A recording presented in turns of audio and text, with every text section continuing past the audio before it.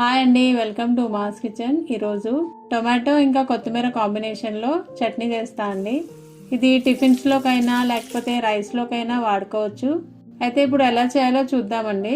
నేను 5 medium size టమాటాలు తీసుకున్నా అండి. అలాగే కొత్తిమీర కూడా తీసుకుని, కొత్తిమీర ఇంకా టమాటాలు శుభ్రంగా కడుక్కున్న తర్వాత కట్ చేసుకుని పక్కన పెట్టుకోవాలి.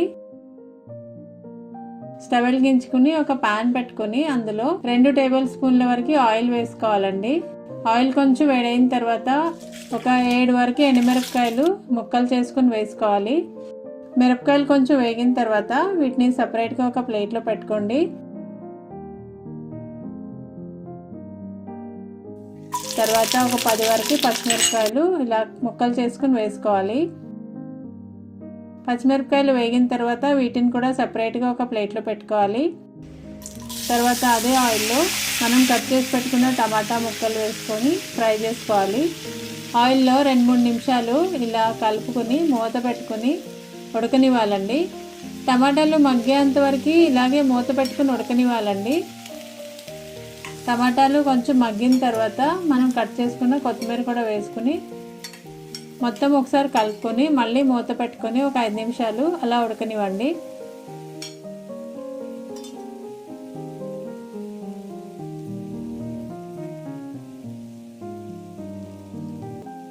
చూడండి, ఇప్పుడు టమాటాలు ఉడికిపోయినాయి. ఇప్పుడు దీన్ని ఆరబెట్టుకోండి. ఆరిన తర్వాత మనం గ్రైండ్ చేసుకోవచ్చు. ఫస్ట్ మనం మిరపకాయలు గ్రైండ్ చేసుకోవాలి.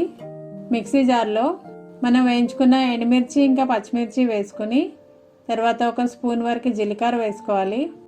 5-6 వెల్లుల్లి రెబ్బలు వేసుకోవాలి. తర్వాత రుచికి తగినంత ఉప్పు కూడా వేసుకుని గ్రైండ్ చేసుకోవాలండి. తర్వాత అందులో ఉడకబెట్టుకున్న టమాటా ఇంకా కొత్తిమీర వేసుకుని ఇలా గ్రైండ్ చేసుకోవాలండి. గ్రైండ్ చేసుకున్న తర్వాత ఒక బౌల్లో వేసుకోండి. ఇప్పుడు ఈ చట్నీ అలా అయినా తినొచ్చండి, లేకపోతే తాలింపు పెట్టుకోవచ్చు. స్టవ్ వెలిగించుకుని స్టవ్ మీద ఒక చిన్న కడాయి పెట్టుకుని అందులో ఒక టేబుల్ స్పూన్ వరకు ఆయిల్ వేసుకోవాలి. నూనె వేడైన తర్వాత అందులో 1/2 స్పూన్ ఆవాలు, 1/2 స్పూన్ జీలకర్ర,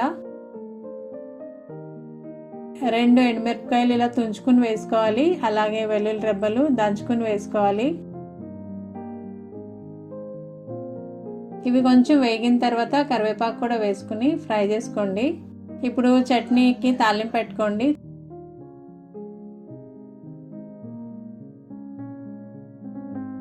ఇంతే అండి, టమాటో కొత్తిమీర చట్నీ.